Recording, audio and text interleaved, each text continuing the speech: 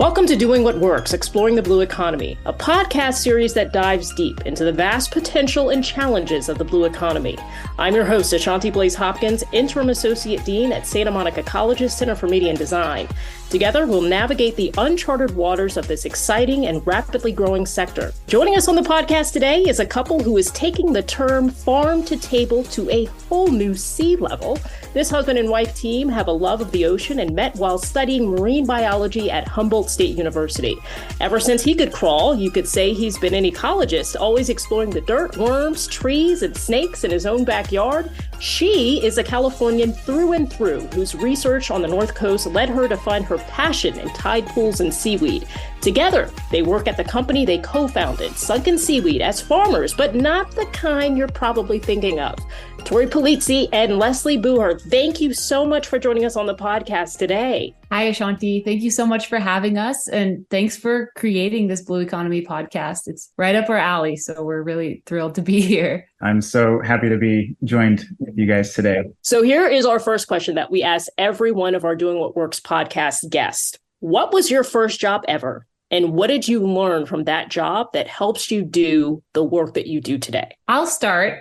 My first job ever, probably well before I should have been doing this, back in the 90s, I was a babysitter.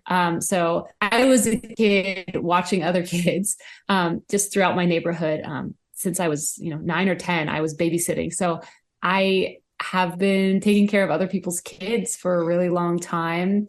And that taught me a lot about, providing care to others, to folks who are less able to take care of themselves, but also kind of the need to foster and build my own independence during, scary times with kids. So yeah, that was my first gig. It taught me a lot. It definitely steered me into the person I am today. I'm sure a lot of patience you learned as well. Totally. Yeah. It's a lot of patience. I grew up in a restaurant. My parents owned a family restaurant. So my first job ever was dishwashing, lots and lots of dishes. And I don't know if that exactly taught me too much, but it gave me a good work ethic and taught me how to be somewhere on time and how to work under some pressure. We referenced this a little bit in the intro, but I kind of want to dig a bit deeper into this. At what point did both of you start to become interested in the ocean? And when did you discover you could make a career out of this? That's a great question. I had been interested in the ocean since my first trip. I grew up in San Jose, the Bay Area. In second grade, I took a trip to the Monterey Bay Aquarium on a field trip. And that, blew my mind, as it would anyone who goes to that aquarium for the first time. That got me really interested in the ocean. And then it wasn't until I was going into junior college, I took an oceanography class. I got involved with an ocean conservation nonprofit called Wild Coast, Costa Salvaje, and started doing some tabling events, ocean outreach things, and just saw how much need there was for ocean conservation and restoration, and how much interest there was in just everyday folks, at festivals, at fairs, saying, oh, I really care about whales. I really care about eelgrass. I will sign a letter to my representative. How I was going to turn that into a career at that time, I didn't know, but I knew from that early age that I wanted to be involved in the space in some way. Corey, what about you? Yeah, I'd say my interest in the ocean didn't come until a little later in life. I grew up in San Diego, very close to the ocean, and I love the ocean, I always have. But it wasn't until I was in my first scuba diving class at HSU. Cal Poly Humboldt now offers scuba diving from beginner all the way to scientific. It wasn't until that class that I really something clicked and, I became infatuated with the ocean. Couldn't get enough of it. So it'll really change your perspective to take those kind of courses and be in the environment that you're learning stuff out of books. Let's talk about your company, Sunken Seaweed. What you're doing is really aquaculture, underwater farming. And it feels like this could be a model for other similar businesses in California in the aquaculture and blue economy space. What is so special about Sunken Seaweed? I think that we're not remarkable in most ways. I think the most remarkable thing about us is that we saw that there was a little bit of potential and a lot of hurdles, and we decided to go for it anyway. So the fact that we started back in 2017 and are still here, the most special thing about our company, when folks start to learn that seaweed aquaculture is possible in California and they start to go for it, they quickly learn that yes, it's possible, but also there are lots of hurdles in terms of permitting and access and just resources. There's a scarcity of resources for startups, right, in this space. So I think that's what's special about us, is that we have seen the landscape and then we have just taken paths of least resistance, surrounded ourselves with folks that are most likely to be able to help support this very new, very many question marks involved kind of industry. Let's talk about those hurdles that you just mentioned. Your company is one of the very few that has managed to get the so-called nuts and bolts into the water. So how were you able to secure in-water farm sites in California, and how long did that take? Yeah, getting the nuts and bolts down took a long time, and it was successful for us because we have continually worked with the places that can make it happen. So in California in specific, those two places right now are the Port of San Diego and the jurisdiction which, they operate, San Diego Bay and beyond, and up here in Humboldt right now with the Harbor District. So these are the only two places in the state of California that have pre-permitted aquaculture lease spaces. That's really important because without those pre-permitted lease spaces, it becomes the job of, the business to permit that space. And what that usually takes is an environmental impact review, which is necessary, really good. We have to do that, but it's also super expensive.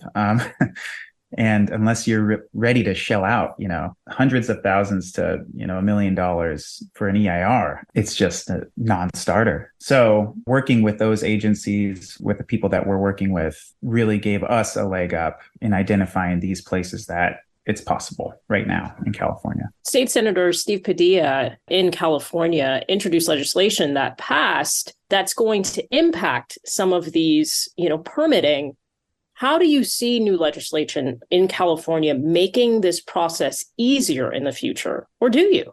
I'm not clear on how exactly the legislation will facilitate this. I think I see a few different avenues with that. But what I do know and can say is that folks from all over California who are holding office, who are coming to visit our farms, either up in Humboldt or down in San Diego, folks at every level are really interested in this because they see the potential for it to blossom into careers, meaningful careers for young folks along our coastline. So what we're doing for our part is, as much of the attention as we can grab from state senators and others, we are trying to have our representatives come out to the farm, meet the interns, meet the volunteers, meet the people who are interested in it, and see the faces, try the seaweed. We feed everyone that comes seaweed, see how their eyes light up and where we are along the coastline. And that's kind of what we see our role is, as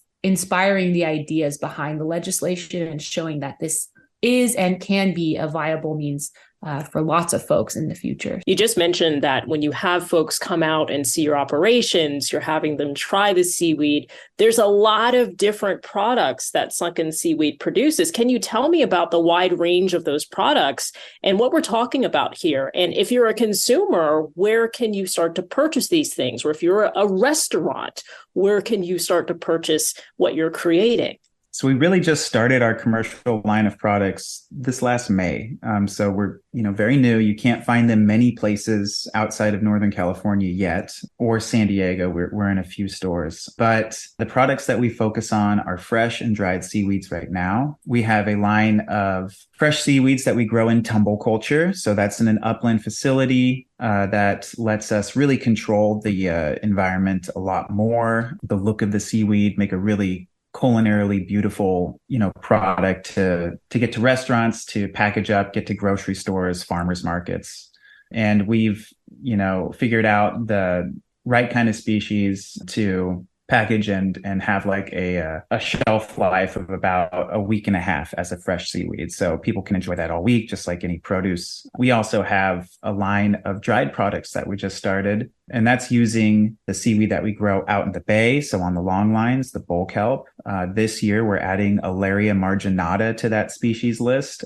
So that is like California's version of wakame. It's a beautiful, beautiful species to be growing, and it tastes great. We are taking all that biomass, we take it out to a greenhouse, dry it up, back to a mill. And our line of products right now is a bunch of flaked products, which are really fun to sprinkle on things. In the future, we're going to be looking at making some totally California-based, seaweed sheets that you can like use with sushi. So really fun things like that right now you can only find, coming out of Korea or Japan or China, which they make good products, but how fun is it to be able to use a totally local product in that way? It's so interesting because, I think when people try to wrap their head around this idea of underwater farming and what that can be and the benefits of it, I don't even think people understand how this can impact the environment that you all are in, the state of California, and also the people who live here. Can we talk about that impact and why that's so important to sustainability, to the future of our environment? Absolutely. I totally agree with you, Ashanti, that people the curtain is going to be lifted for so many minds about wow, seaweeds are really positive impact on their immediate ecosystems. But I'll also say, in line with what Torre was just saying, every week we go to a farmer's market, our local farmer's market, and we chat with folks about our seaweeds. And so many people, either they know a little bit about seaweed aquaculture and its environmental possible benefits, or we're telling something that they already know. It clicks for people so intuitively that growing this seaweed, this very extractive seaweed that grows very quickly, photosynthesizes really well, and is taking up nitrogen, phosphorus, carbon dioxide, all of these things rapidly sequestering. People get it, they're just so ready to hear about that. And so we do try to quantify those benefits. We have partnered with researchers since we've existed. And of course, we're entrepreneurs now, but we're marine ecologists at heart and by training. So we are really dedicated to quantifying nutrient sequestration, looking at carbon sequestration as well, looking at pH buffering, because we know that kelp grown in the ocean can have really great pH buffering effects, at least locally.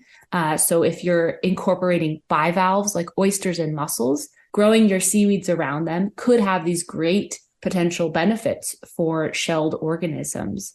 So things like that are of great interest to us. And of course, one of the main reasons that Torre and I got started in this line of business is the idea and the potential for kelp restoration. So, we came into the marine ecology world at a time where kelp forest canopies were collapsing and had dwindled by 95% over the course of a couple of years. When Torre was telling you about his scuba diving, he was learning to dive unbeknownst to him at a time where kelp forests were just systematically collapsing. So our interest really is in bolstering whole kelp communities, whole seaweed communities. And we do see, seaweed aquaculture as a means to proliferate that idea and to get that idea into more people's heads and hands, really. You talk about kelp forest collapsing. What are kind of the ramifications of that? What does that mean? If someone is not kind of entrenched in marine biology or marine ecology, how does that impact the overall ecosystem that we rely on? Right. Yeah. So kelp, you can think of it as a foundational species. So if you think of a pyramid, that base of the pyramid, that's your foundation. That is what these canopy forming kelps are in our ecosystem. And when you take that away, really everything collapses. That's what we've seen since 2015, like Leslie was saying. So in the story of Northern California's kelp beds, we had warm water come down the Alaskan shelf through California, a lot warmer than usual. These they're called warm water blobs, is what they've been termed. And that fueled microbial and viral activities, which led to the death of almost all of our sea stars that eat urchins, Pycnopodia, The sunflower sea star is one of those really important ones that is now, I think, on the endangered species list. And when you let something like urchins go out of check, it'll just eat all the kelp and take away all the habitat for, intertidal and subtidal species. So that's what we saw happen. And I guess that's how people can think about it. Kelp is one of the most important things for our coastal ecosystems. It's the refuge. It's the place that, everything forages and eats. And it's just a really important part of the place we live. Leslie, you mentioned earlier about the importance of students kind of being exposed to aquaculture and what that could mean for their future careers. Fortunately, SMC has an aquaculture program launching in the fall. For those who complete that program, what kinds of jobs might be waiting for them at a company like yours or in the aquaculture industry in California in general? And what skills would those students need to master in order to break into the industry? Yeah, we have students from College of the Redwoods, which is our local community college, in an internship program. Thankfully, we have our junior college, community college, has a similar certificate program with aquaculture. So we get to tell them firsthand kind of this is what it looks like. Skills involved are, first of all, it's just an eagerness to learn about aquaculture in this ecological context, right? Which I think anyone who's grown up in the last couple decades has a keen interest to look at things in an ecological context. So that's the number one thing that I would say is that curiosity. For the everyday logistics, the ability to scrub tanks more often than you think you need to. A lot of plumbing skills are just really, really important to have in terms of hatchery building and, just knowing the physics associated with how water moves through pipes and things is such an underappreciated skill that we really had to quickly learn how to beef up. And then another skill or sort of area to investigate or to master, I think, is in economics, right? So seeing how you can build a business plan for aquaculture, whether it's shellfish, finfish, or seaweeds, that fits a model that's not the traditional linear capitalist model, right? Because so much of aquaculture, especially this restorative aquaculture field, it just doesn't adhere to a linear economic model. So understanding or coursework in circular economics, I think, and in regenerative economic models is going to do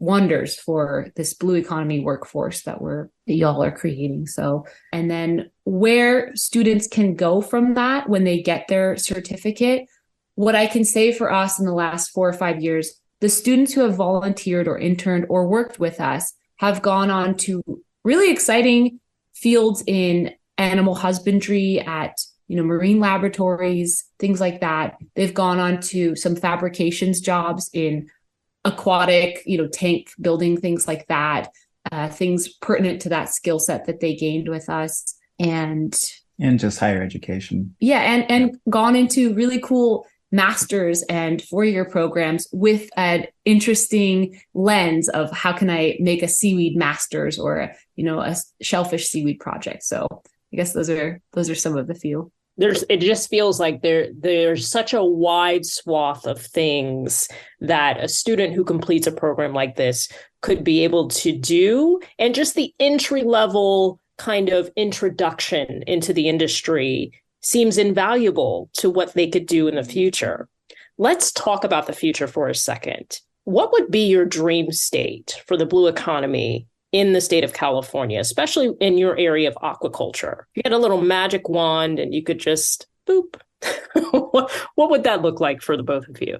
Well, personally, I would really like to see, a lot of cooperative-led farmer models going down the state. So staying away from things like mega seaweed farms and looking more into state waters and, having a lot of people have a hand in doing seaweed aquaculture and working with each other. I would love to see something like that. And I think we're at a point where it can be shaped like that right now. We're at the beginning of it all. So that's not typically how things work in California. Usually, a big dog gets, a huge piece of something, but we're here to try and make our vision happen. Leslie, what would your dream state be?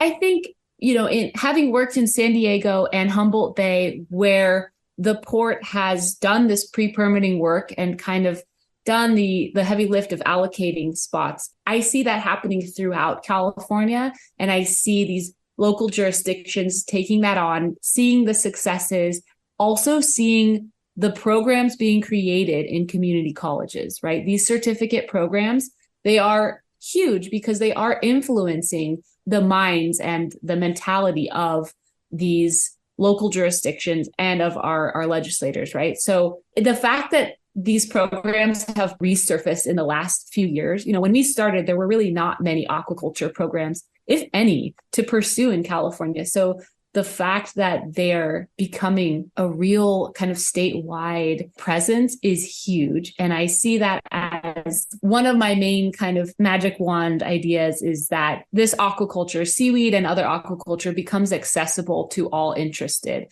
and not just accessible to, folks that have studied and have a master's in aquaculture, et cetera. So by opening up access, I see, a lot more people of color, indigenous people who are interested in aquaculture, which, by the way, is many, many distinct tribal nations throughout the coast, have a keen interest on kelp, forest reforestation, or aquaculture. So I see just a lot more accessibility in terms of who can get into this space. And that's my vision. And I think that that's just coming true. So I'm excited for the next decade, What do you think some of the hurdles might be to getting to the dream state that you both have kind of outlined? Hurdles in getting to my dream state is the permitting involved in state waters in California is already this massive hurdle. A lot of really smart people have put brain power to and can't seem to make it happen. That's for a lot of factors, but being able to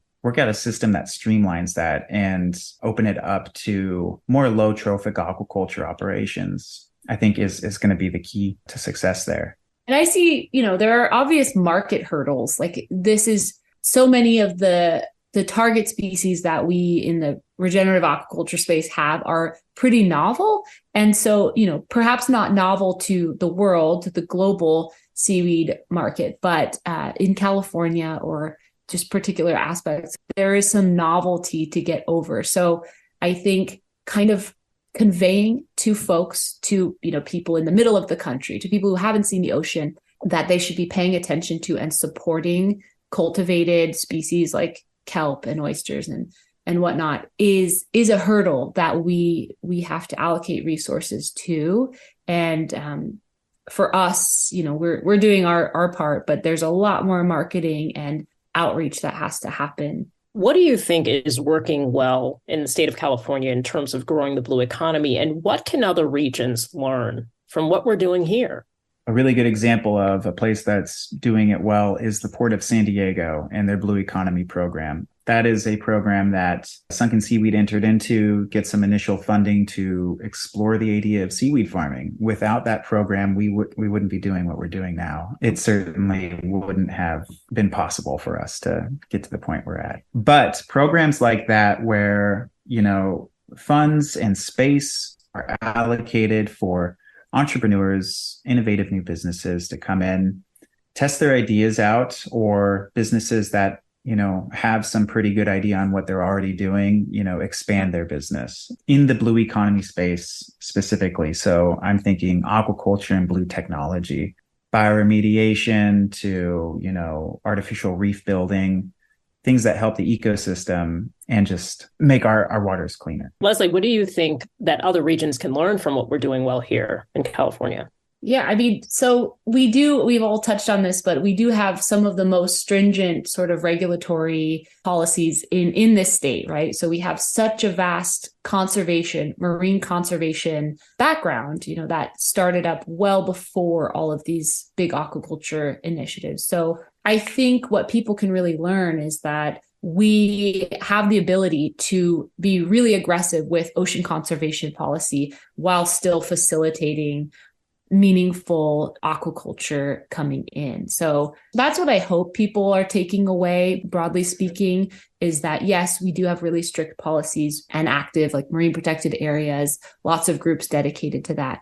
But we are also seeing a way to include amongst all these other stakeholders some great meaningful aquaculture. Torre Polizzi and Leslie Booher, thank you so much for joining us and sharing your insights and expertise with us today. And thank you for joining us on this incredible journey through the blue economy. We hope this episode has inspired you to explore further and learn more about this vital sector. If you enjoyed doing what works, exploring the blue economy, be sure to subscribe to our podcast and leave us a review. Stay tuned for more exciting episodes that push the boundaries of knowledge and open new possibilities.